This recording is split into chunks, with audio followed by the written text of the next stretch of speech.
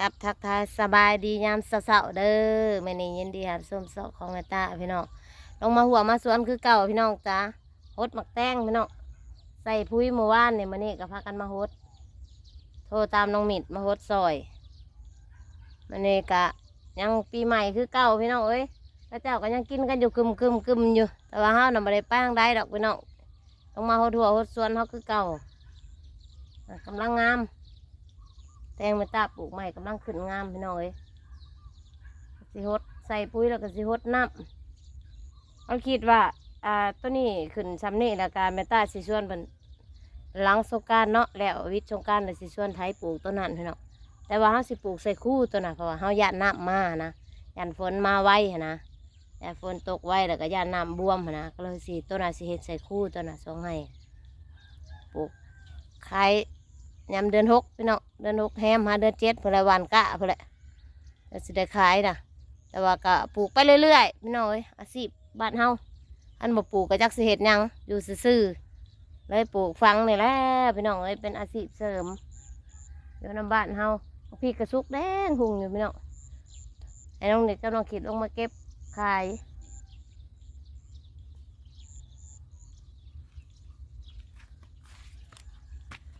ไอ้เนี่ยก็โหล่างขึ้นล่างเห็นเป็นแถวเลยพี่น้องโอ้ ฝนตกลงมากับดินกับซุ่มแน่พี่น้องเอ้ยแต่ว่าเป็นหยังจังหดอันเฮาใส่ปุ๋ยเฮาก็ต้องหดน้ำยันอันหากมันยันมันอันนั้นหากมันยันมันเปื่อยหดให้มันซุ่มก่อนมาเด้อไผว่างก็มาซอยหน่อยเด้อมาซอยหน่อยเด้อเด้อพี่น้องกำลังขึ้นงามเอามื้อแรงจะให้ป้าตาอันซีดปุ๋ยน้ำพัดโกนี่บำรุงเพิ่นก่อนกำลังขึ้นงาม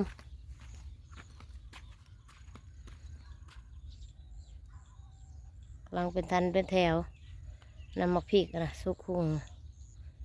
โอ้บ่ตาปลูกหน่อไม้ยามแรงก็ติดเด้อพี่น้องอันนี้หดน้ำมาแล้วก็หดน้ำสิเอาพุ่นมาใส่แล้วก็หดน้ำเพิ่นบานนี่เพิ่นติดแหละคือสิบ่ตายดอกปลูกไว้พี่น้องเอ้ยราคามันแพงหน่อไม้ก็ดิปลูกว่า10 ปีนี่ว่าสิปลูกหลายๆอยู่อ่ะพอได้ขายปีต่อๆไปเพื่อดอกขายกะ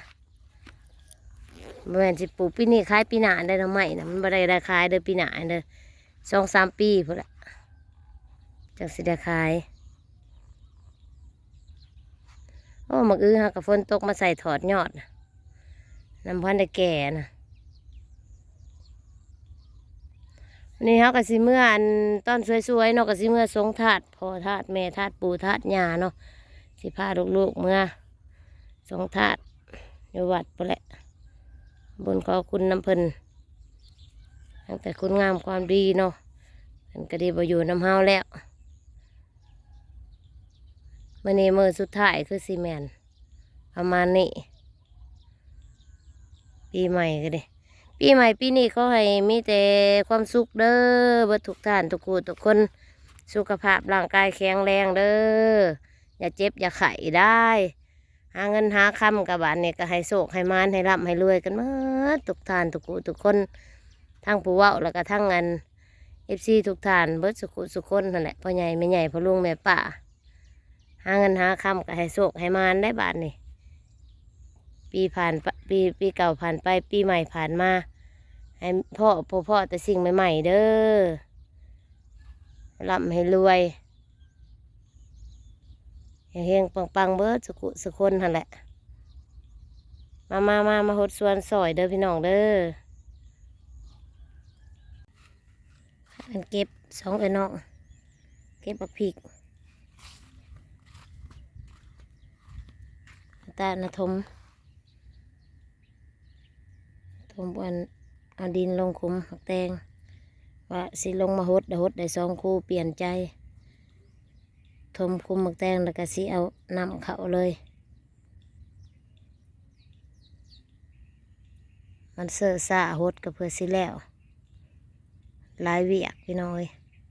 จากสิโง่ใส่ยังใส่ยาเลยมาทมเอาแล้วดูดน้ำใส่บาน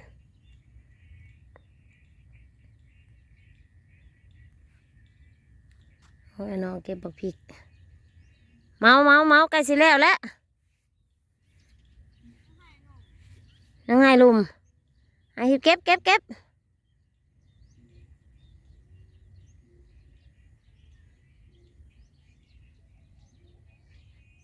เมาให้มันแล้ว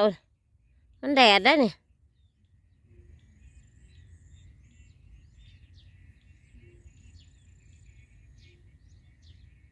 ตัวนี้ก็ได้2 คู่ยังหาคนเดียวพี่น้องสิบ่ไหวแหละตัวนี้แล้วไปแล้ว2 4 6 7อันนี้แล้วไป2เหลือหาเฮ็ดท่าให้พวกสาวๆเก็บบักพริกแล้วก็ขึ้นกินข้าวเช้าเลยพี่น้องเอ้ยนี่ก็สิฮอด9 โมงแหละสาวๆยังไม่ได้กินเลยก็ลุยงาน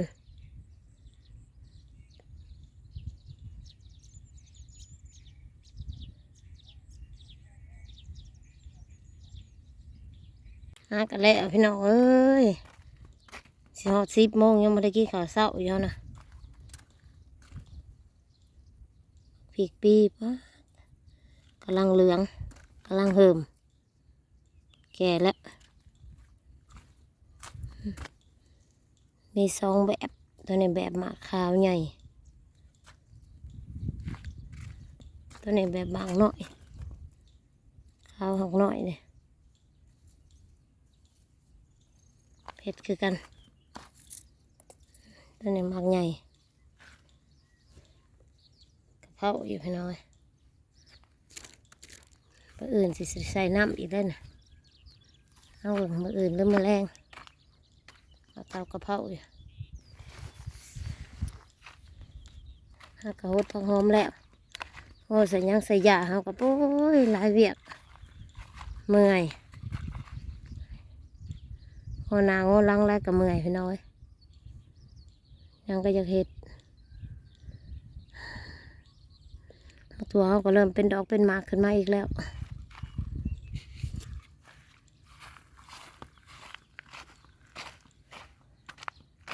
เมื่อยหักแต่สู้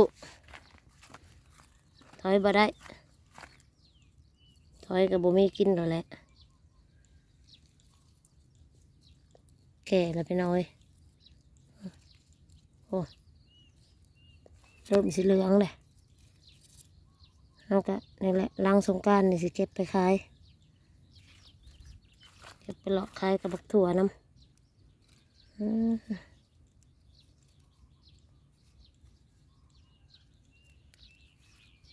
โคนโพนเลยดกขนาดเลย